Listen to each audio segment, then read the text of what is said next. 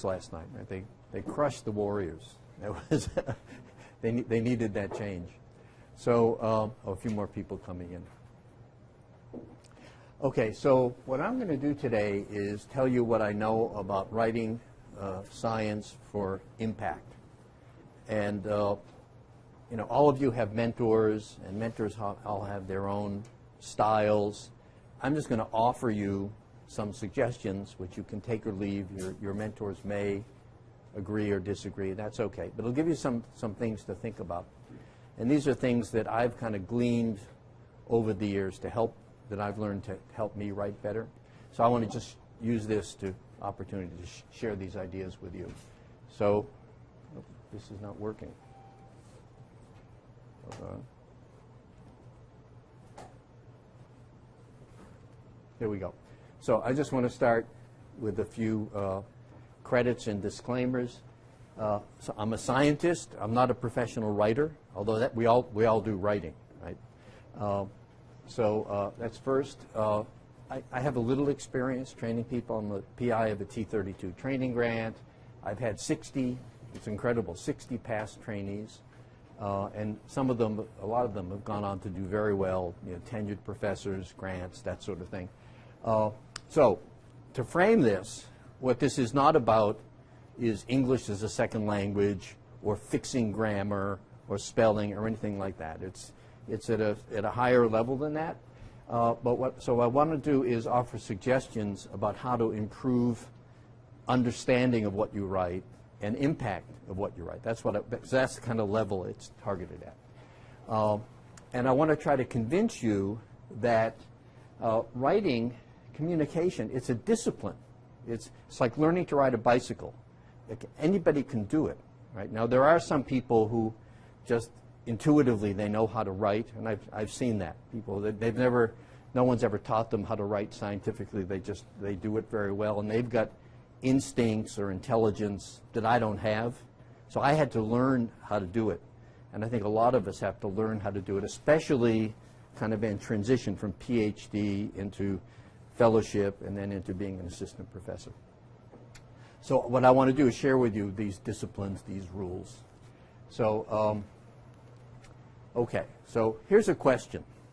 I know the answer to this question, but we're going to ask it anyway.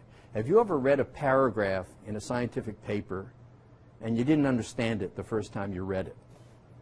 And then you read it again and you still didn't get it. Third time, oh yeah, I got it. Has anyone ever had that experience? Come on. It happens all the time. And it turns out it's not because there's something wrong with you. You had to read it 3 times because it wasn't written correctly. Now, there's no errors. All the information is there. It's complete. So what's the problem? Why did you have to read it 3 times? The reason you had to read it 3 times is it was poorly written. It turns out the information wasn't presented in the right order. There was information you needed in the first sentence which didn't appear until the 4th sentence.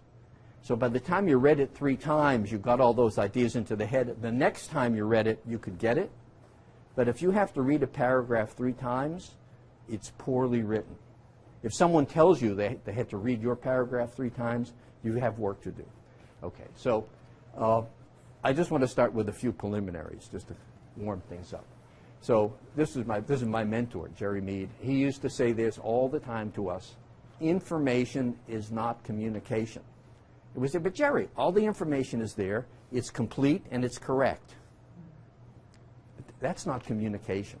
That's okay in a PhD thesis maybe, but in something that's going to go into the archive, you know, and be in the archive forever, that's not good enough.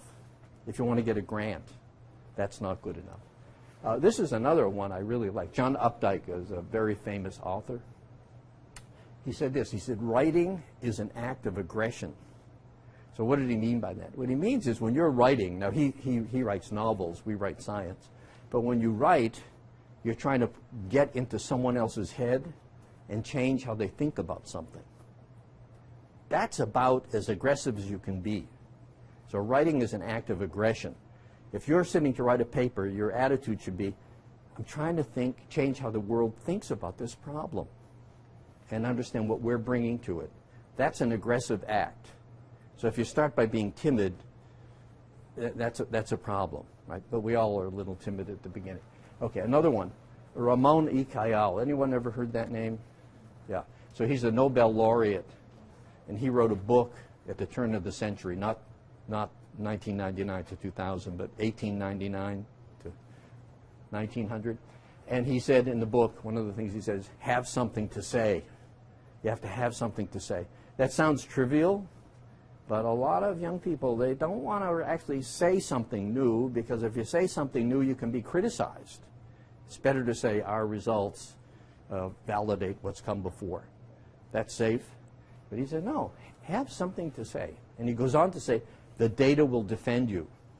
The data will, that's his words, the data will defend you. So if you have something to say it. Okay. And then you have to find your voice. Each one of us finds our voice in a different way. You know, you might be timid, faint of heart. A lot of people are afraid. What if I say something that's wrong? Oh my God, if I say something, that's terrible. Well, it's not so terrible. We all do it. And this is a great quote. I'll tell you who it's from in a second. It says, don't compound the error of possibly being wrong with the further error of being inaudible. Just put it out there and take the criticism that comes. This was actually my Latin teacher across the street who said that to us, because we'd mumble. If we didn't know the answer, we'd mumble. No, just say it. Put it out there. Okay.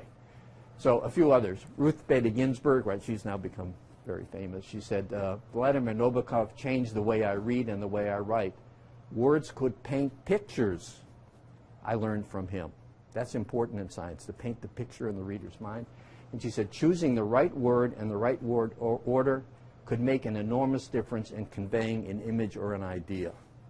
Right, so it matters. Okay, and here's another one. Bernadine Healy, very famous scientist, head of the Cleveland Clinic, became director of the NIH. She has a plaque on her desk. There was an article about this in Science in the last year. She had a plaque on her desk, and the plaque said this: use short sentences and strong verbs. Right? Use short sentences and strong verbs. If it's good enough for Bernadine Healy, it's good enough for me. Okay. So now I'm going to get into these rules, which I'm going to go through one at a time. First, in science, you are what you write. Structure, style, and spirit. Good writing and good science. Definite, concrete language. Using only 2 sentences to summarize your paper, and so on. We'll go through all of these. But let me start here. In science, you are what you write. You may be a very fine person, and you give charity, and you help old ladies to cross the street, or in my case, old men. Your friends like you, but in science, people are going to know you by what you put in the literature, by what you write. That's what you might give a great talk. You may be a terrific teacher, but in science, you are what you put in the archive. You are what you write. So it's really, really important for so many reasons. It's also important in terms of getting grants. So next, structure, style, and spirit. So what do I mean by that? So I'm going to show you a bunch of books which I recommend to you. And let me start with this one, How to Write and Publish a Scientific Paper. I don't know if any of you have this book. Buy it. Buy it. It's just like, it's obligatory. You've got to buy this book. It lays out what a scientific paper is, what the title is supposed to do, what the abstract is supposed to do, what the introduction is, and so on, all the way through. It's like a cookbook of how to write a scientific paper. If you haven't read this book, or one like it, there are others, you're doing yourself a disservice if you want a career in science. So this is obligatory. How to write and publish. By the way, all the slides will be made available, and actually it's being recorded. So there's going to be a link, so you don't have to worry too much about taking notes. Okay, so that's one book. Another book that I found extremely helpful, this is about grant writing, a grant application writer's handbook.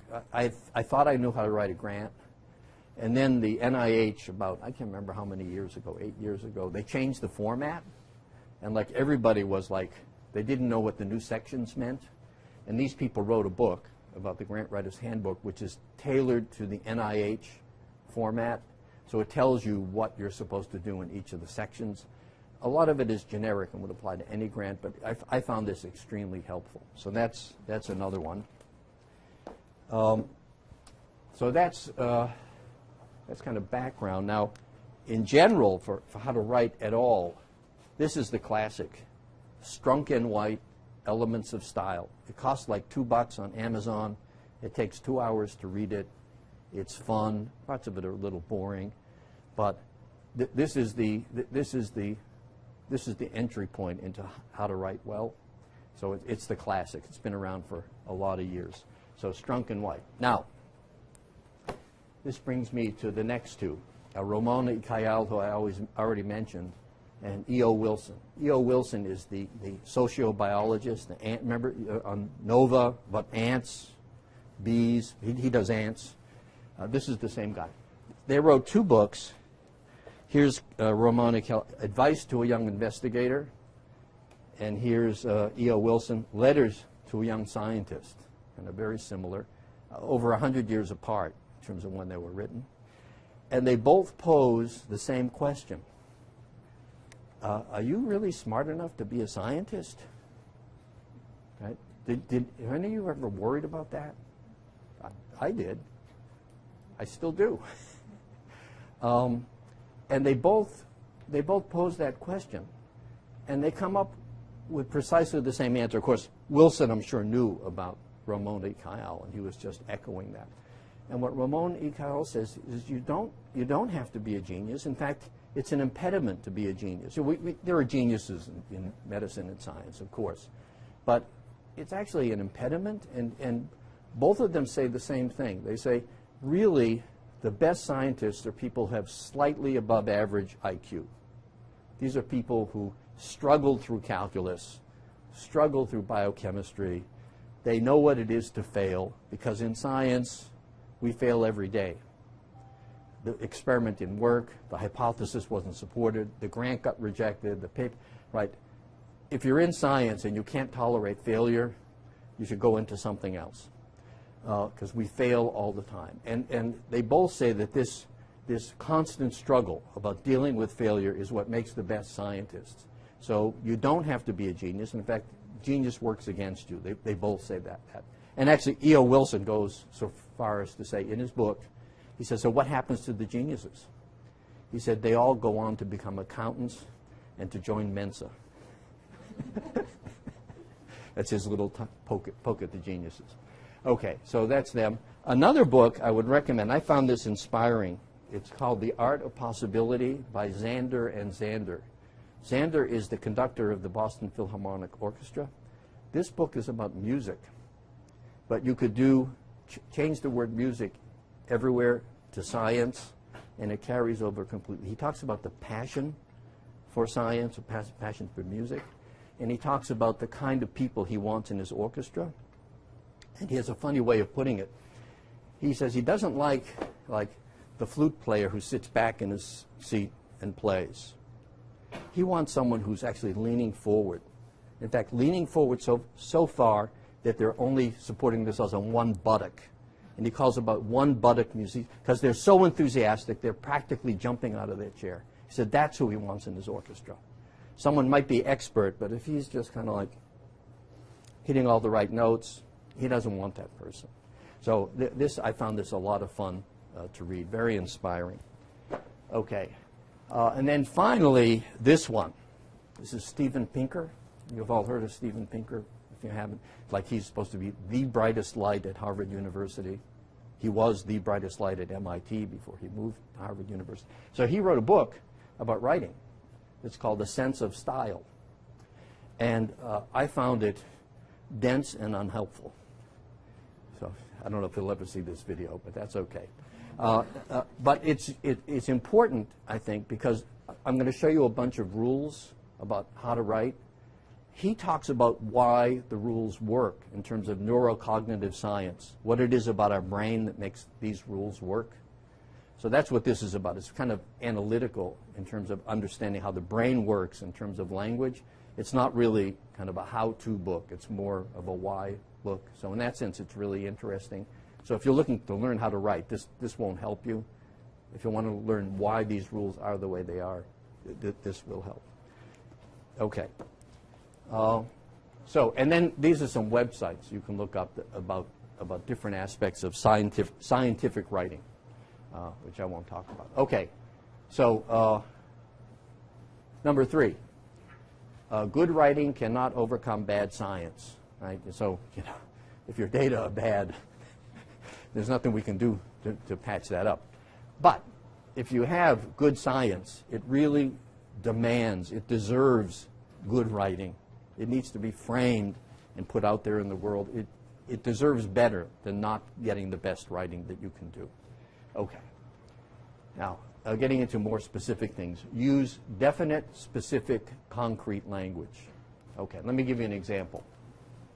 This is straight out of Strunk and White. A period of unfavorable weather set in. Okay? Nothing wrong with that sentence, right? But he says, how about this? It rained every day for a week. Concrete, specific language. And that paints a picture in your mind's eye, right? So this is preferable to that. And here's another example. I'm going to draw on some of my trainees and past trainees to give examples. So this is from Stephen Ahn, who has just been promoted to Professor of Pharmacology at Rutgers. So we're very proud of Stephen. He's done well. So this is from one of the abstracts he wrote, probably for ATS. Okay, I'll read it in case you can't read it. Here we report novel biophysical properties of cells isolated from 2 highly inbred strains of rats that are known to exhibit characteristically different degrees of airway responsiveness in vivo. It's okay. It's accurate. And here's what it looked like after we finished editing it. Here we report differences in contractile properties, that's specific, of airway smooth muscle cells, again specific, isolated from the relatively hypo-responsive Fisher rat versus the relatively hypo-responsive Lewis rat. It's no longer, but it's got so much more content to it. So you use concrete specific language. Here it was biophysical properties, contractile properties, cells, airway smooth muscle cells, rats, right, you get the idea. Okay. So whenever you're writing and of course, when you write, right, just an aside, writing is rewriting, right? If you think you're going to finish it off in 1 draft or 2 drafts, forget about it. So what happens is I write, and it comes out terrible, and then I rewrite, and then I start reading, oh, wait a minute, this should be concrete, and it's not specific, and then you fix it. By the way, here's another book I wanted to show you. Where is it here? Zinsser. Well, I don't, it's here somewhere. I'm not going to look for it. Richard Zinsser, he says writing is rewriting. And he says he typically goes through, in anything he writes, about 50 drafts. And then in my lab, for a manuscript, if you count, just starting, the title, abstract, from there on, we go typically 50 to 100 drafts. So if you think you can do it in 2 drafts, I mean, some people can. I know people who can. I can't. So, okay.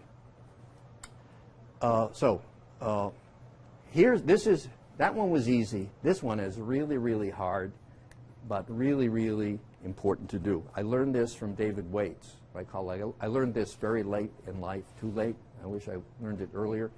He said, when you're writing a paper or a grant, the very first thing you should do, the first thing, is write the whole paper in 2 sentences. 2 sentences to write the whole paper. And if you can't do that, then you really don't know what you're trying to write. And you'll eventually, it'll be out there and it'll be spread over the first 3 pages. But you really want to focus in your own mind, what is the kernel that you're trying to communicate? And I'll tell you, this is hard to do. But once you have it, then you know how to build the whole paper around it. So let me give you an example. Don't read this. Okay, it's actually from J. Kim. This is a paper he published in Nature Materials some years ago when he was younger. But I want to call your attention to 2 sentences here highlighted.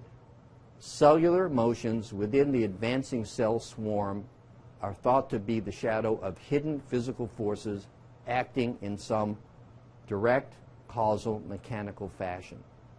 Here we probe this relationship experimentally and showed that it is anything but direct. That's the whole paper in 2 sentences. And I've yet to see a paper or a grant where that cannot be done. You can do it. It makes you say, yeah, but we've got these 18 ideas that are all important. Well, they aren't equally important. What's the primary idea? And everything else gets subordinated to support that, right? So, and that really helps you, because very often the 2-sentence summary doesn't actually find its way into the text of the abstract or even the whole manuscript, but it's in your mind and you're building around it. And your co-authors will know it because you put it on the first page. And some places require it, even like I can't remember if it's Science or Nature, you have to give a 2-sentence summary of what you're doing. It's sometimes in the letter you write to the editor, the cover letter. The editor doesn't want to read 4 pages. Say, look, here's what it's about. 2 sentences.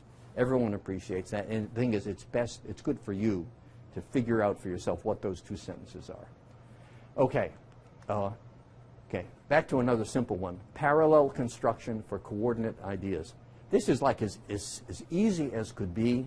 It's really important, and people don't do it for some reason. So here's an example. This is, again, right out of Strunk and White. Formerly, science was taught by the textbook method, while now the laboratory method is employed. Right? There's nothing wrong with that sentence. But it should be written this way. Formerly, science was taught by the textbook method, while now it is taught by the laboratory method. Can you see how that's now parallel? Right? Formerly, now. Science, it. Was taught, is taught. Textbook method, laboratory method. They're parallel, whereas here they're all kind of crisscrossed across each other. For reasons that I don't understand, but Steven Pinker does, our brain is set up to understand parallel constructions. It's just easier to understand when you write it that way. And it's explained this way. It has to do with reader expectations. Information is more easily interpreted when it's placed where readers expect to find it. And it's something about the way our brains are wired that when you use parallel constructions, it's easier to understand. Okay, here's another example, also from Stephen Ahn, another abstract that he wrote. Okay, so let's start here. We focused upon the ability of the airway smooth muscle cell to remodel and generate contractile force and the molecular basis of these processes. Well, that's fine, except that it had an opportunity for parallel construction, which is here. We focused on the ability of the cytoskeleton of the airway smooth muscle cell to stiffen, to generate contractile forces, and to remodel, to do this, and to do this, and to do this. Right? It's parallel. Okay. Next sentence, next 2 sentences. To probe remodeling dynamics, we measured spontaneous nanoscale motions of microbeads tightly anchored to the cytoskeleton. To quantify the contractile scope, we measured changes in cell stiffness and the distribution of traction forces exerted by these cells in response to a panel of contractile and relaxing agonists. Again, there's nothing wrong with that, but let's fix it. To measure cell stiffness, we used magnetic twisting cytometry. To measure contractile forces, we used traction microscopy. And to measure remodeling dynamics, we quantified spontaneous nanoscale motions. Right? So there was a tremendous opportunity for parallel constructions which was not capitalized. And this is just way easier to understand. You read this once and you got it. This one you have to read a couple of times. Okay, and finally, we present evidence that the strain-related phenotypic differences in airway responsiveness stem largely from biophysical differences in the contractile events at the level of the airway smooth muscle cell, providing thereby a direct causal link between them. So after we edited it, after challenge with a panel of contractile and relaxing agonists, again parallel, cells from the Fisher rat showed greater stiffening, greater contractile scope, and faster CSK remodeling. Kaboom, kaboom, right? Parallel. These events taken together thus provide a causal link. So it's really, really simple. All you got to do is look for it. You'll find opportunities in your writing. You just have to have it on your checklist. How about check for parallel construction, and you'll find them. Okay. Okay. Now I'm getting into I think the 2 most important. and these are the emphasis position of a sentence and sentences in loose succession. So have anyone ever heard of the emphasis position, or it's also called the stress position of a sentence? Well, you've heard the talk before. Okay, good. So this is good. A virgin audience, never heard of this before. I find this to be just so important for a whole bunch of reasons. Okay. The emphasis position of a sentence, the most important word of the sentence is the last word. For reasons, again, that Pinker understands, no one else does, that sentence, your brain is just tuned for taking advantage of that last sentence, that last word, the stress position. So here's an example. I can't remember where I got this. This might be from Strunk and White. Humanity has hardly advanced in fortitude since that time, though it has hardly advanced in many other ways. I think this is from Strunk and White. So the question is, what's this essay about? Could be lots of things. Humanity, advancement, fortitude, that time in history, or the other ways. It's hard to know. You would think it's about these other ways because that was put in the emphasis position. But it turns out it was not. This essay is about fortitude. So the way this sentence should have been written is this way. Since that time, take the least important information first. Since that time, humanity has advanced in many ways, though it has hardly advanced in fortitude. The next sentence would go, the kind of fortitude we're talking about is, right, so you want to put the most important, the thing you want to emphasize in the sentence goes at the end.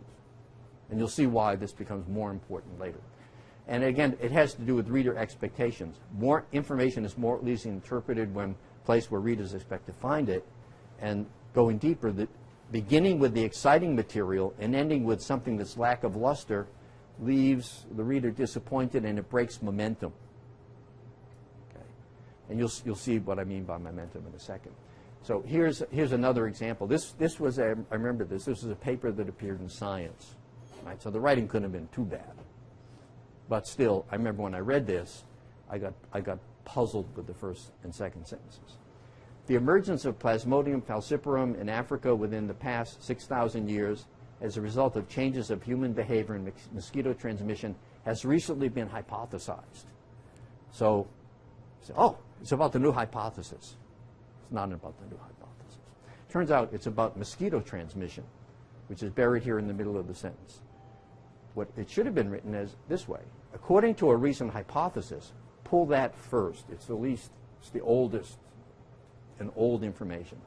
According to a recent hypothesis, virulent Plasmodium falciparum emerged in Africa within the past 6,000 years as a result of changes in human behavior and mosquito transmission. The next sentence should begin, the mosquito transmission, right? So you put the thing that's most important at the end. So here's another example. For example, genome-wide profiling of airway epithelial cells identified periostin as a viable target for asthma treatments in 2007. What a waste of the emphasis position. 2007? Who cares? I mean, sometimes the timing is important. It should have been, as a viable target for asthma treatment, for example, genome-wide profiling of airway epithelial cells identified periostin. This was a paper about periostin. So it should go at the end. Now, this was interesting. Jabi Tripot, who's one of our products from this group, he wrote to me when he got back to Barcelona, because he had listened to me rant about emphasis position. And so he figured he's going to show that I'm wrong. So he looked up Origin of the Species to see how Darwin ended the book. Okay? So he looked at the last paragraph and the last sentence and the last, what do you suppose the last word might have been in Origin of Species? Anyone have a guess? Yeah, there's evolution, right? If you say it, yeah. So here's what Darwin wrote. This is the last paragraph, which is the most important paragraph in the book. Okay. There is a grandeur in this view of life with its several powers having been originally breathed by the Creator into few forms or into one. and that whilst this planet has gone on cycling according to the fixed law of gravity, from so simple a beginning, endless forms, most beautiful and most wonderful, have been and are being evolved. What a way to end, right? Great. That's just great. Here's another one. What about Lincoln, first inaugural address?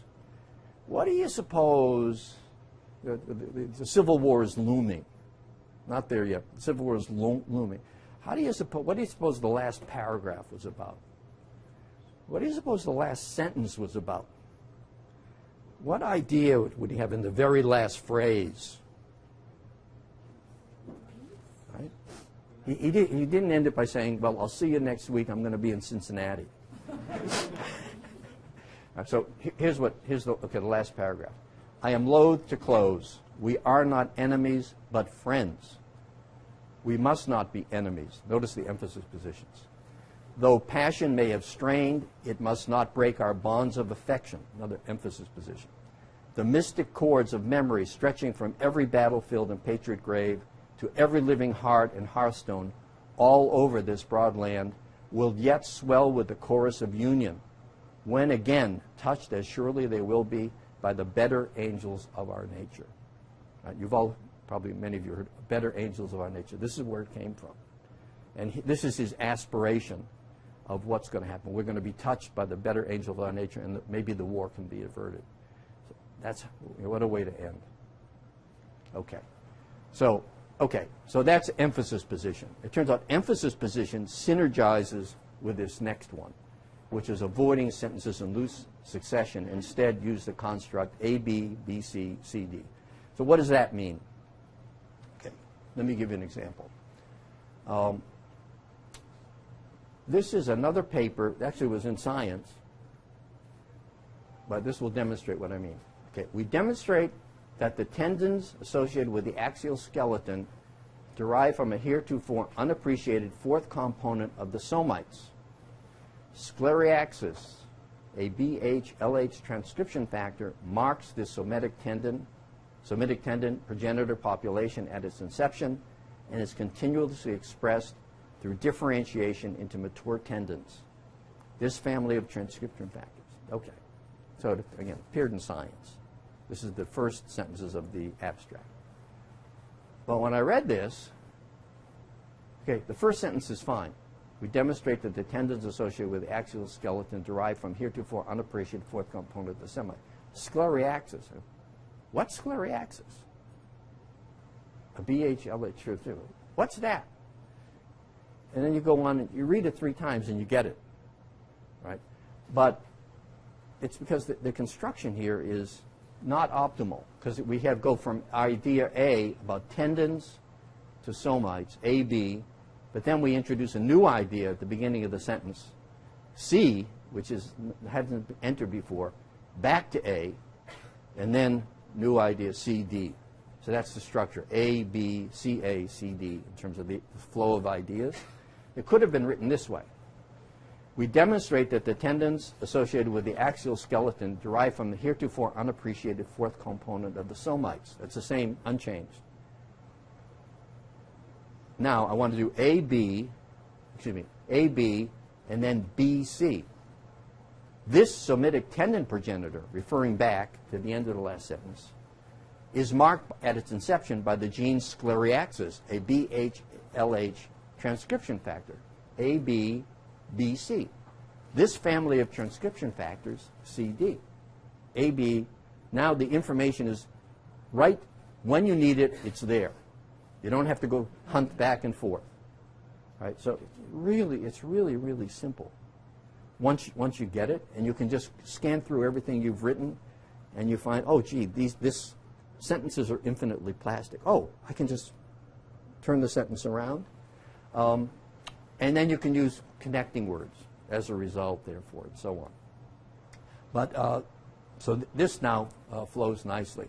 And you'll notice what you do is in every sentence, you start with the old material, you end with something new, then that becomes old, goes to the beginning of the next sentence, and you keep using the emphasis position to kind of build your point. Okay. So this one is now A, B, B, C, C, D. much easier to understand. Here's another example.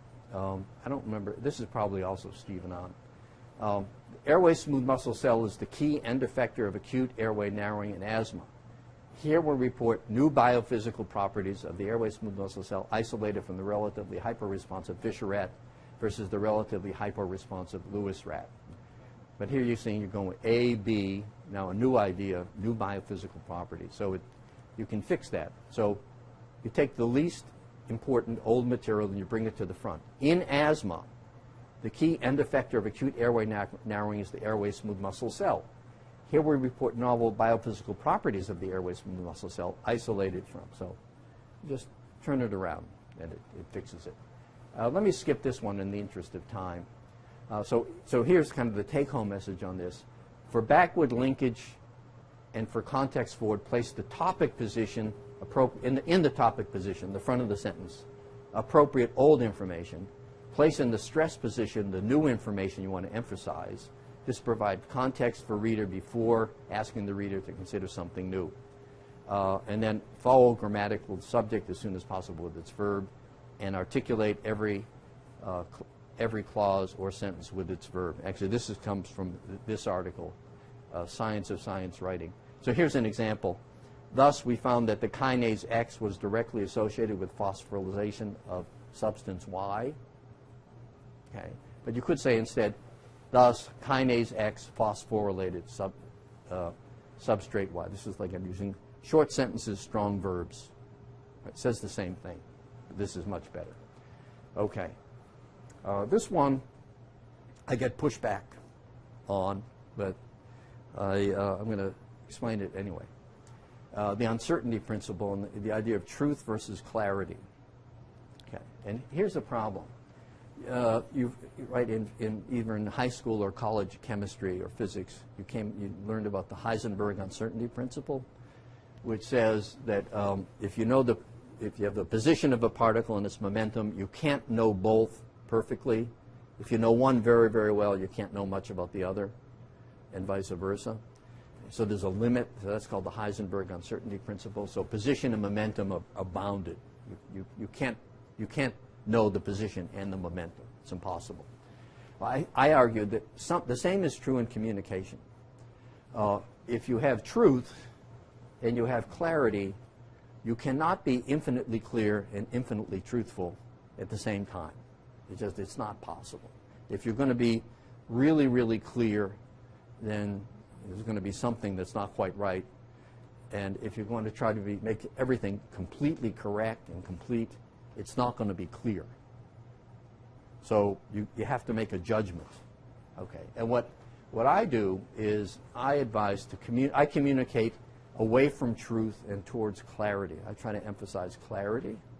And I know some of you may be horrified by that, but let me explain. Any boob can say that it's complicated and demonstrate that something's complicated, right? That's easy to do. With any of the problems we deal with, they're complicated. And saying that they're complicated or showing that they're complicated doesn't help anybody. But if you can get some insight, if you can draw some insight out of something about how a system behaves in some simplified way, then you've made an advance.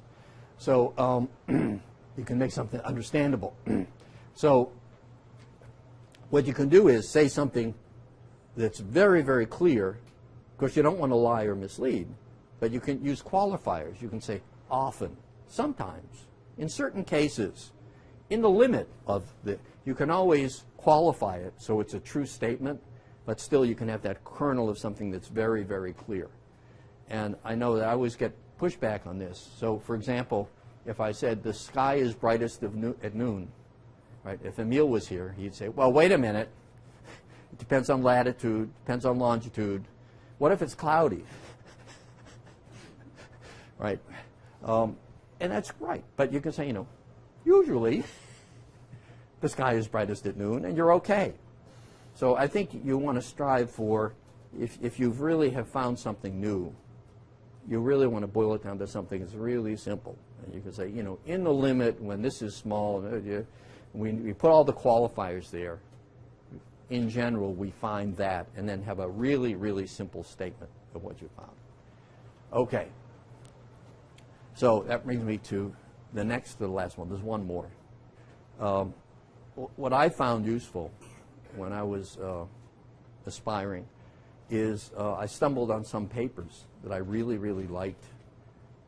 And I said, wow, how did these people take such a complicated idea and make it sound so simple? So aside from reading the paper and trying to understand it, I went back and analyzed the paper as a communication. How did they do that? How did they make it? I just read this once. I didn't understand this field, and now I'm like totally on top of it. I've got it.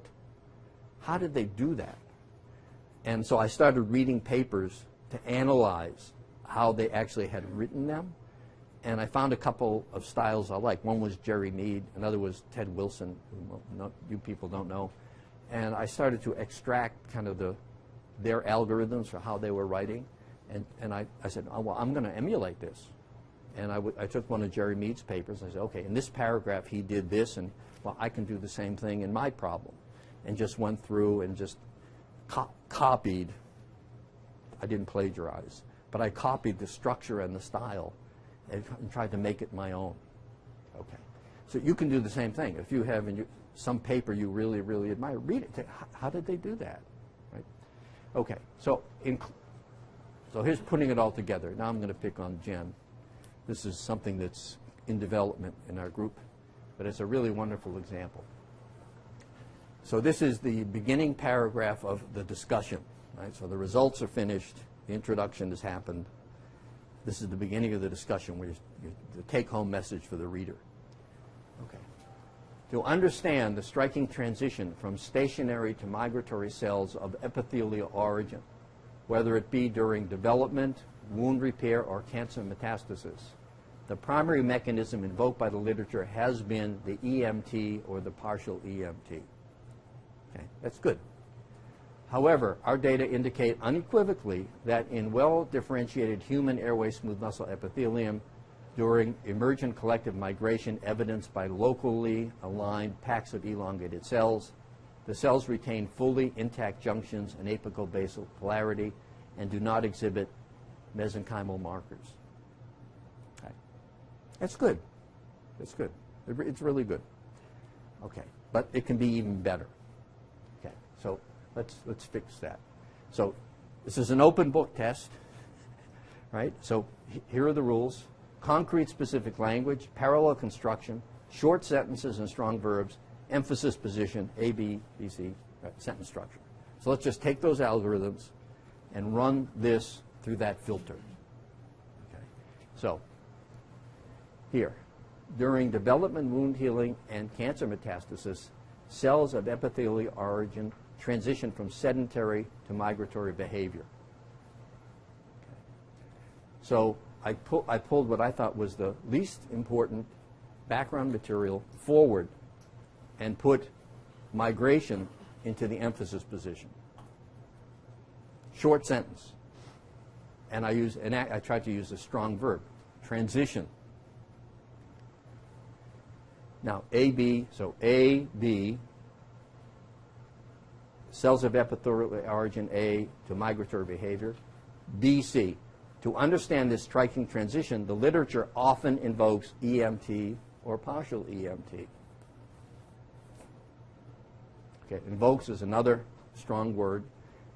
They invoke other things too, which we could have enumerated, but I just want to keep it clear.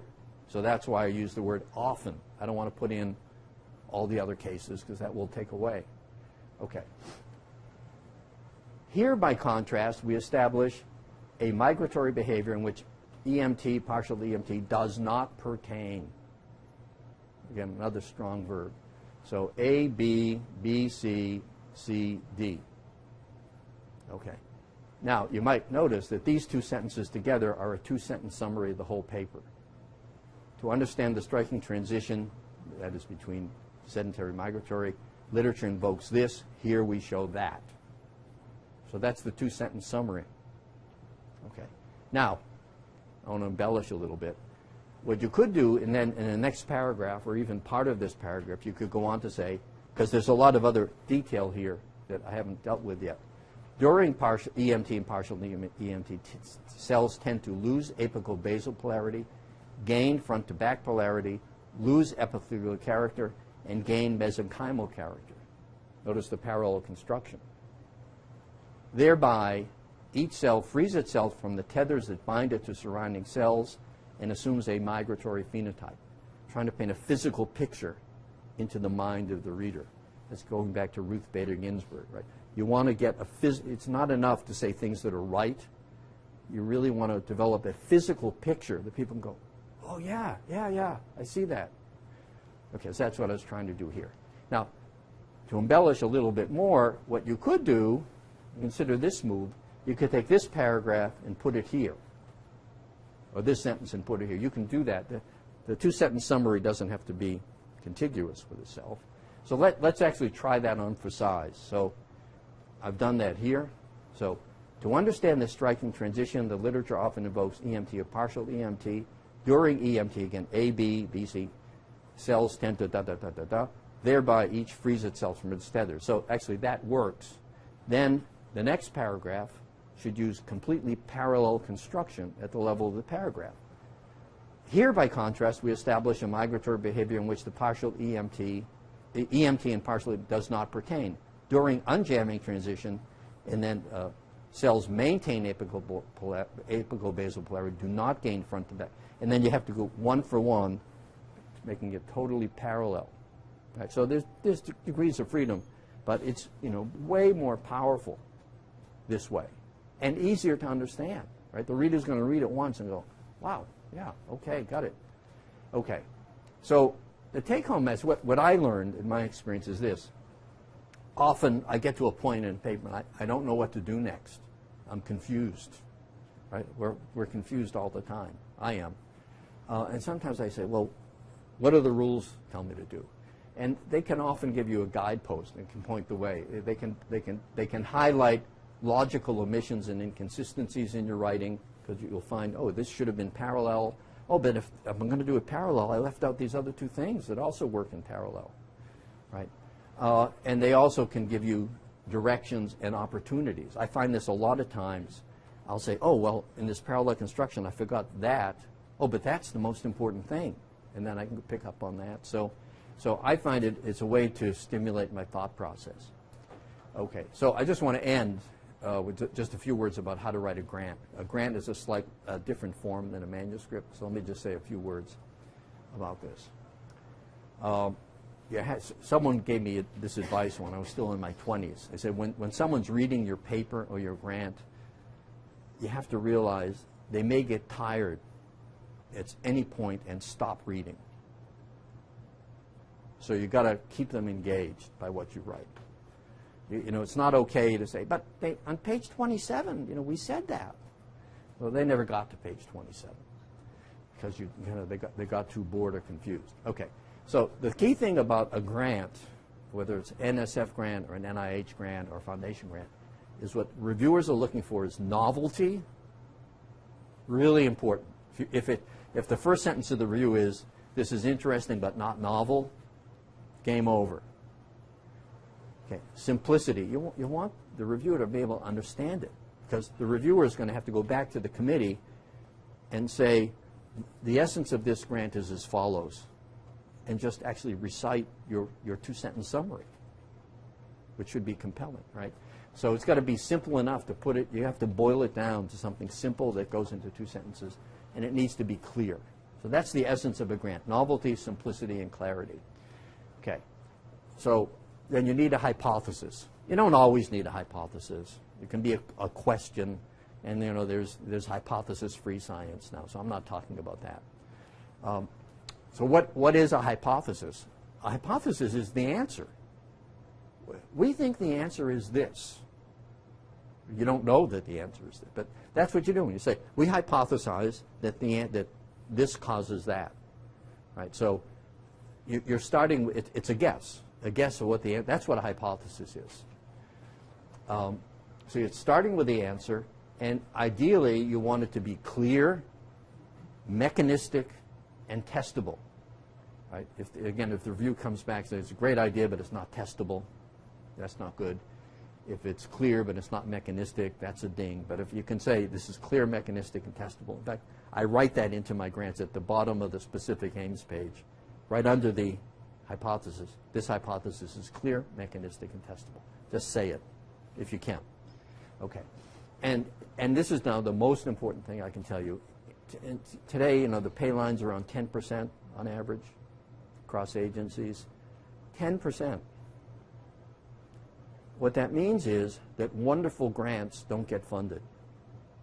You can be the 85th percentile, the 80th percentile, well, turn it around, the 20th percentile. That means you're better than 80% of the other grants. It's a wonderful idea. It's clear. It's important. The reviewers are enthusiastic. But that's not the 10th percentile. You have to put something together that's just wonderful. And the reviewer, typically on a study section, a reviewer gets 10 to 12 grants to review. That means that person is going to know, on average, 1 in 10 of this stack of mine is going to make it. And usually the reviewer will put all their power behind that one. This is the one. This is the one I'm going to fight for. You have to tell the reviewer why yours should be that one and not one of the other 9. Right? So it's not good enough to be logical and important. It just isn't good enough. You have to somehow elevate it. And there's also a big stochastic thing, right? Bad grants get funded, but by and large, you have to think about how can I make this the most wonderful, terrific grant that anyone's ever read. And if you're not shooting for that, you're probably not going to make the 10th percentile. Okay. Then you need specific aims. So what are specific aims? The specific aims is 1 page. It's 1 page. But if you already have your 2-sentence summary, it's a little bit easier. And it's the question. What is the question? What is the rationale? Why is the question important? And what's your approach? That's what should be on the specific aims page. So the reviewer should read the specific aims page and have a pretty good idea what your grant's all about. You shouldn't have to, even without even reading any further, you should know, oh, this is the question, this is why important, this is the approach, and I can see how they're going to get at this. Now I'm going to go read the details. If the reviewer doesn't like your specific aim page, again, it's game over. No matter how wonderful the rest of the grant is, it's really hard to recover from a bad specific aims page. It's the most important part of the grant. Okay. Then comes a background section, or it's called different things in different formats, but there's some kind of background. Now you have more space, typically 3, 4, 5, 6 pages maybe to develop the idea. It's not a review article. Sometimes people will write a review of the field. That's not what this is for. What you really want to do is, you're telling the reviewer, this is the field, and I'm going to now narrow the scope. So cancer is a very bad disease. You know, metastasis kills 90% of the cancer victims. You want to narrow that down, narrow it down, narrow it down until you come to your mechanism and your hypothesis. And that's where the background should end. Say, if we only knew the answer to this question, we could define a new drug class. So that's what a background's supposed to do, is take from a broad field, cone it down to why my hypothesis, where does it come from and why is it important? That's the purpose of the background section. It defines the gap of knowledge we're trying to figure out. Now, preliminary data is usually very important. And what it should do, and it comes next, it should just pick up right where the background section left off. Right? You're left with a question, and then you say, to answer this question, and you start to show your data. And what you want to also establish is not just the data themselves. You want to establish that the experiments are doable and that they're doable by you. So maybe sometimes the experiments aren't doable. It's terrible when the reviewer tells you you can't actually do that experiment. That happens all the time. Or, yeah, this is doable, but there's only one group in Seattle who knows how to do this, and how do we know you know how to do that? You haven't gotten them as collaborators. So you have to show it's doable and doable by you, and that the hypothesis is tenable. Okay. And then finally, then there's the research approach, the methods section. And there, what you want to do is you want to show the reviewer how they can follow the data thread. Okay, we're going to start with the mouse, we're going to measure this, we're going to do this intervention, and this is how we're going to analyze it, and then we're going to get to this point that we're going to find it's either going to be this or this. If it's this, it's going to mean this conclusion, but if it's that, we reject the hypothesis. So you have to show them how you're going to treat the data, come to a hypothesis, and then you talk about anticipated results, pitfalls, and alternative hypotheses. So that's what a grant's all about. Now, interestingly, a grant is different than a manuscript. In general, you'd never want to speculate in a manuscript. People don't like speculation. But it's okay in a grant, actually. Clear-eyed enthusiasm that's reflected by clear thinking is actually appreciated. But you have to tell the reviewer why they should fight for your grant. And you don't want these criticisms that is descriptive, incremental, or over-ambitious. Those are also a kiss of death. And in terms of what I was saying before, if you say, I want to do a safe hypothesis, good. You can do a safe hypothesis, but that means you're 40th percentile. You're not going to get funded. So being safe is the most risky thing you can do. Being risky is actually the safest thing you can do. Okay, so those are the rules. And I'll end here. This is Ramon Cajal. He said, whatever is good, if brief, is twice as good. Scientific writers should govern themselves by the following rules. Have something to say it. Stop once it is said. Give the article a suitable title and order of presentation. So I'll stop there. And if you have any questions or comments or arguments, now's the time we can hear them. So, okay, thanks.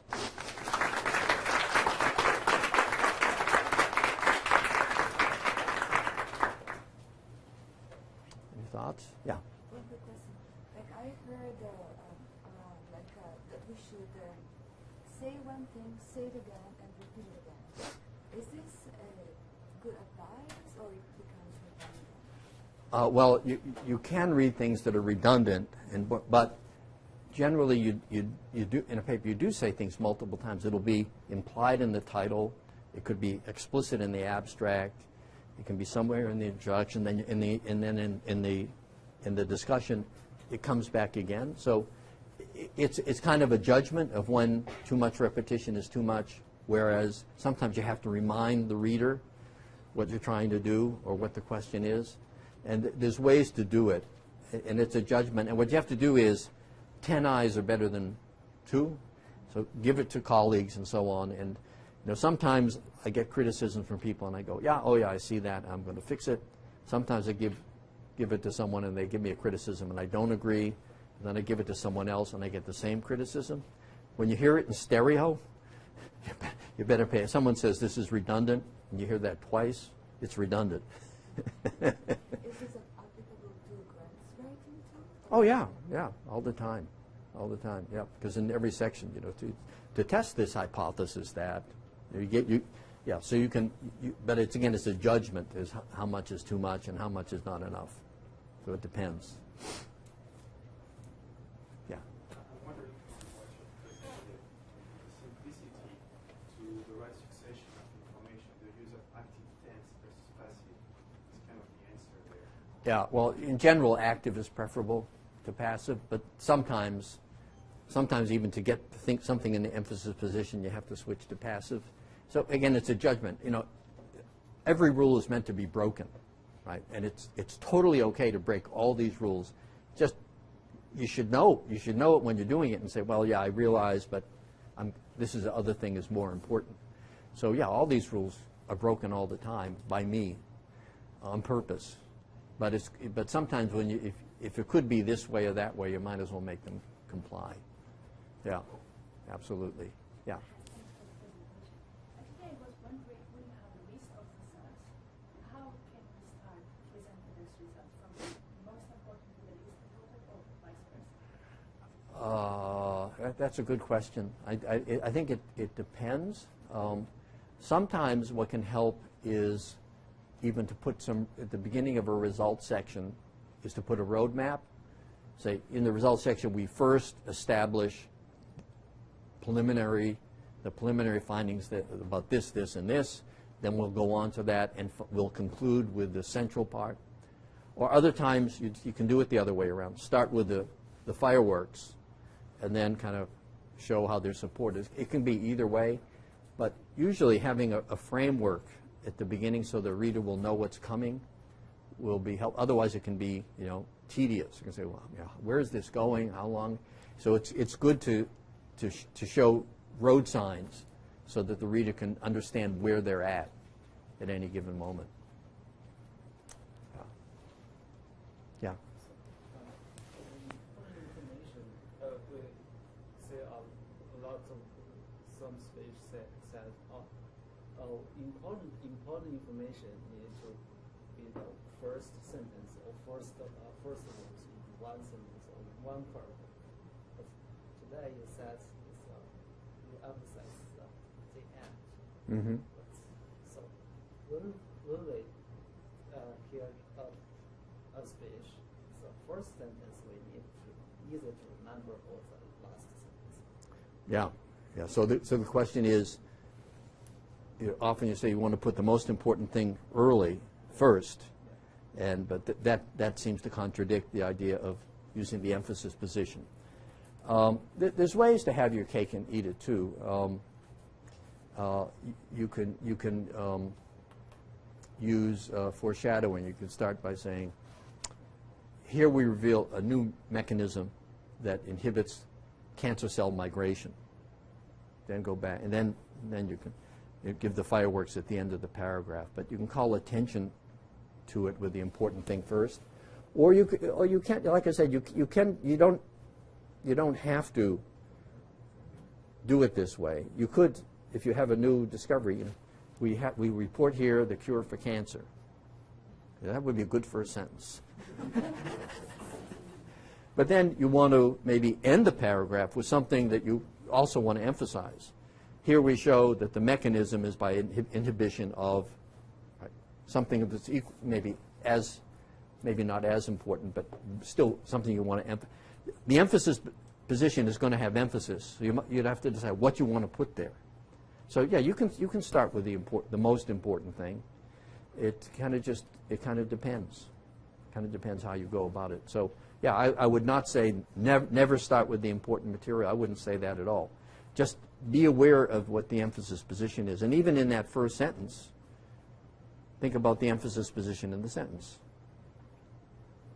and put the most important thing at the end of the sentence. It's still early in the paper. Yeah. Anybody else? Yeah.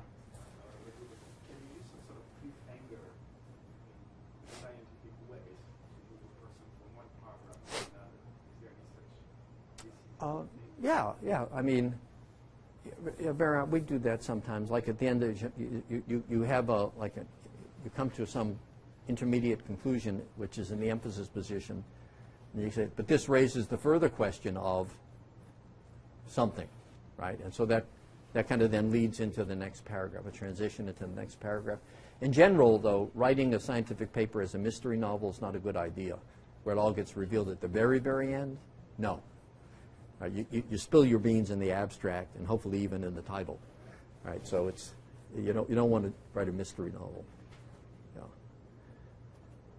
Okay. That's it. Okay. Good. Thanks for coming.